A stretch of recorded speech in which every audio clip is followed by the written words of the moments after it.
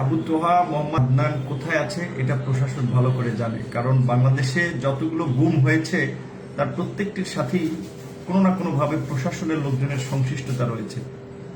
আমাদের আসলে দেখা যাচ্ছে যে ধরেন আইনের ভাষায় সুশীলভাবে বিভিন্ন মানুষজন বলে থাকে যে তিনি 2 দিন ধরে নিখোঁজ, এটা খুঁজে বের করা রাষ্ট্রের দায়িত্ব, নাগরিকদের নিরাপত্তা নিশ্চিত করা রাষ্ট্রের দায়িত্ব, প্রশাসনের দায়িত্ব। আসলে এই সুশীল বক্তব্যের মধ্যে দিয়ে আসলে সরকারের কাছে কিংবা রাষ্ট্রের কাছে অনুনয় বিনয় করে লাভ নাই, কারণ এই সরকারের গত আপনার এই 12 বছরে যতগুলো গুম খুন হয়েছে ম্যাক্সিমাম গুলোর সাথে সরকারি বাহিনী তাদের সংশ্লিষ্টতা রয়েছে। সেটা আমরা নারায়ণগঞ্জের 7 মার্ডার থেকে শুরু করে অনেক ঘটনাগুলোর সাথে আমরা দেখেছি।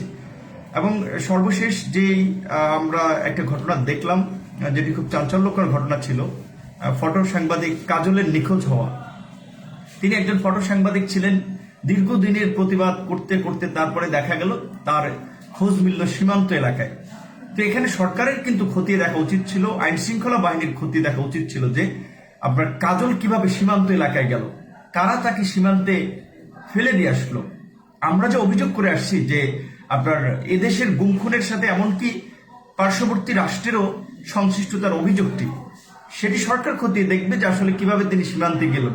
বিএনপি নেতা সালাউদ্দিনের কথা ধরেন, তাকে শিলংয়ে পাওয়া গিয়েছিল, আমরা জানি কিভাবে তিনি এই বাংলাদেশ থেকে ওখানে গেলেন। এগুলো কিন্তু সরকার খতিয়ে দেখতে হবে, সরকার খুঁজে বের করার দায়িত্ব। কিন্তু সরকার কি করেছে? আমি আপনি যতই স্ট্যাটাস দেই, কলম লেখি, এগুলো সরকার কিছু মনে করছে না।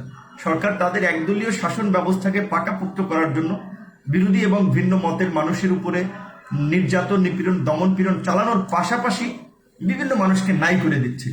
বিএনপির আপনার প্রভাবশালী নেতা ইলিয়াস আলীর খবর আমরা সবাই জানি, কি হয়েছে। ঢাকা থেকে, এই রাজধানী থেকে তিনিও ড্রাইভার সহ গাড়ি সহ নিখোঁজ হয়েছিলেন। আজ পর্যন্ত তার কোনো খবর মিলেনি। সরকার যদি এর সাথে সংশ্লিষ্ট না থাকতো তাহলে কিন্তু সরকার আইন শৃঙ্খলা বাহিনী খুঁজে বের করতো যে কারা এর সাথে সংশ্লিষ্ট। তারপরে আপনি দেখেন কিছুদিন আগে লেখক মোস্তাকের মৃত্যুকে কেন্দ্র করে আমরা যেভাবে প্রতিবাদ করেছি, আন্তর্জাতিক মহল থেকে একটা বিবৃতি দিয়েছে। তার পরপরই একজন মাওলানা হেফাজতের নেতা ইকবাল আপনার কারাগারে মারা গেল। তিনি মারা গিয়েছেন নাকি তাকে মারা হয়েছে সেই বিষয়ে ওইভাবে কোনো তদন্ত কিংবা এইসব বিষয়গুলো আসলে আমাদের কোর্টের দৃষ্টিতে ওইভাবে আসে না। রাজনৈতিকভাবে এগুলো নিয়ে খুব উচ্চবাচ্য হয় না। হয়তো মরার পরে 2-1 দিন প্রতিবাদ করে, কথাবার্তা বলে। তো আমাদের প্রতিবাদটা যদি এই কথাবার্তা বলা কিংবা ওই 2-1টা স্ট্যাটাস কিংবা প্রতিবাদের মধ্যে সীমাবদ্ধ থাকে, তাহলে আসলে এই ধরনের গুম কিংবা জেলখানায় হত্যা, মানুষকে তুলে নেওয়া, এগুলো বন্ধ হবে না। আপনারা দেখেন এই গত 12 বছরে এই সরকার আমলে 3000 মানুষ বিচার বহির্ভূত হত্যাকাণ্ডের শিকার হয়েছে, 600 মানুষ গুমের শিকার হয়েছে। আমরা কেন সবাই মিলে সমস্বরে বলছি না এই 3000 মানুষকে কিভাবে বিচার বহির্ভূত হত্যা করেছে, কেন হত্যা করা হয়েছে, তার আমরা বিচার চাই। এই 601 মানুষ কোথায় তারা, এর দায়িত্ব সরকারের খুঁজে বের করাটা। কিন্তু আমরা এগুলো বলতে পারছি না, এবং অনেক ক্ষেত্রে আমাদের প্রতিবাদগুলো আসলে সিলেক্টিভ হয়ে যাচ্ছে। ধরেন কেউ সকল সুশীল হলে, লিবারেল হলে, সাধারণ মানুষ হলে আমরা প্রতিবাদ করি, সরব প্রতিক্রিয়া দেখাই। আবার কেউ কোনো একটা নির্দিষ্ট গোষ্ঠীর হলে আমরা তার ক্ষেত্রে অনেক ক্ষেত্রে নীরব ভূমিকা পালন করি। যেমন এই মোদী বিরোধী আন্দোলনে আপনার যেভাবে হেফাজতের নেতা কর্মীদের উপরে দমন পীড়ন চালানো হয়েছে, স্বাধীনতার সুবর্ণ জয়ন্তীতে 17 জন মানুষকে আপনার হত্যা করলো। কেউ বলছেন 17, কেউ বলছেন 19, যেটাই হোক না কেন, এই যে 17 জন মানুষ, তারা হেফাজত হোক, বাম হোক, ডান হোক, তারা তো মানুষ। তাদেরকে যে হত্যা করা হয়েছে, এদেশের সুশীল সমাজ সেই বিষয়ে কোনো সরব প্রতিক্রিয়া দিয়েছে? এদেশের শিক্ষিত রাজনৈতিক মহল থেকে এটার কোনো প্রতিবাদ এসেছে যে আমরা এই 17 জনের হত্যাকাণ্ডের বিচার চাই? কিংবা পাহাড় থেকে যখন কল্পনা চাকমা ধরেন আমাদের নিখোঁজ হয়ে যায়, সেই বিষয়টি আসলে আমাদের রাজনৈতিক মহল থেকে সরব প্রতিক্রিয়া আসে না।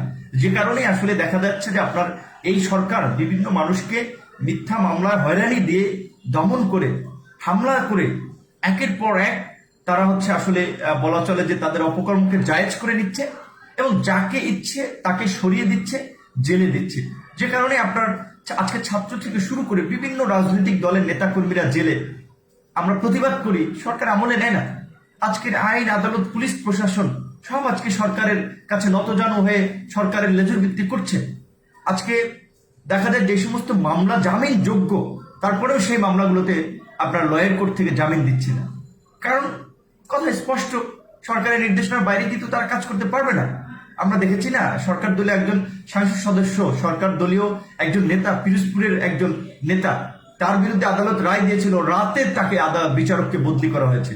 একটা দেশের প্রধান বিচারপতিকে বন্দুকের নল ছেঁকিয়ে দেশের বাইরে পাঠিয়ে দিয়েছে। তাহলে সে দেশের বিচারপতিরা আমি চাইলেই তো স্বাধীনভাবে কাজ করতে পারবে না। এই দুর্বৃত্তায়ন থেকে, এই অপরাজনীতি থেকে আমাদের পরিত্রাণের একটাই উপায় আছে, সেটা হচ্ছে দেশের গণতন্ত্র ফিরে আনা এবং একটা অবাধ, সুষ্ঠু, নিরপেক্ষ নির্বাচনের মাধ্যমে একটা জনগণের সরকার প্রতিষ্ঠা করা। সেই সরকার আমরা যতদিন প্রতিষ্ঠা না করতে পারবো, যতদিন আমরা গণতন্ত্র প্রতিষ্ঠা না করতে পারবো, ততদিন আসলে আমরা এই ধরনের প্রতিবাদ, টুকটাক লেখালেখি করে খুব বেশি কিছু করতে পারবো না। তারপরেও আমি একটা জিনিস বলতে পারি যে এই যে আমাদের প্রতিবাদ, প্রতিক্রিয়া, এর মধ্যে দিয়েই কিন্তু আপনার একটা গণতান্ত্রিক আন্দোলন সংগ্রাম গড়ে উঠবে, মানুষের সচেতনতা গড়ে উঠবে। যেমন এই তরুণ মাওলানা তোহা, দেখেন তাকে নিয়ে কিন্তু শুরুর দিকে খুব একটা প্রতিবাদ প্রতিক্রিয়া হয় নাই। আমি দেখেছি বিশেষ করে ফেসবুকে একদল তরুণ ছাত্র যুবক, তারাই এই বিষয়টি নিয়ে লেখালেখি করেছে। তারপরে আমি দেখেছি যে সিনিয়র সিটিজেনরাও লেখালেখি করেছে এবং কিছু কিছু গণমাধ্যমও নিউজ করেছে। আমার কথা হচ্ছে, তোহা কিংবা অন্য একজনও ইসলামিক বক্তা কিংবা কোনো ধর্মীয় নেতা, তিনি যদি বাংলাদেশের আইনের দৃষ্টিতে কোনো অপরাধ করে থাকেন, কোনো প্রোপাগান্ডা ছড়ায়, কোনো ধরেন বিদ্বেষ ছড়ায়, সেটা আইনের দৃষ্টিতে কিংবা আইনগতভাবে তার বিরুদ্ধে ব্যবস্থা নেওয়া হবে, প্রতিক্রিয়া দেখানো হবে। কিন্তু এইভাবে জলজন্ত মানুষকে গুম করা হবে, জেলে নিয়ে পিটিয়ে মারা হবে, এটা কোন বাংলাদেশ? এগুলো তো আমরা মেনে নিতে পারি না। আমরা মানবাধিকারের কথা বলি, আইনের শাসনের কথা বলি, তাহলে আমরা এইসব বিষয়গুলো নিয়ে যদি আমরা ইকুয়ালি প্রতিবাদ না করি, তাহলে তো আসলে কোথায় আপনি মানবাধিকার নিশ্চিত করবেন, কিভাবে আপনি গণতন্ত্র নিশ্চিত করবেন?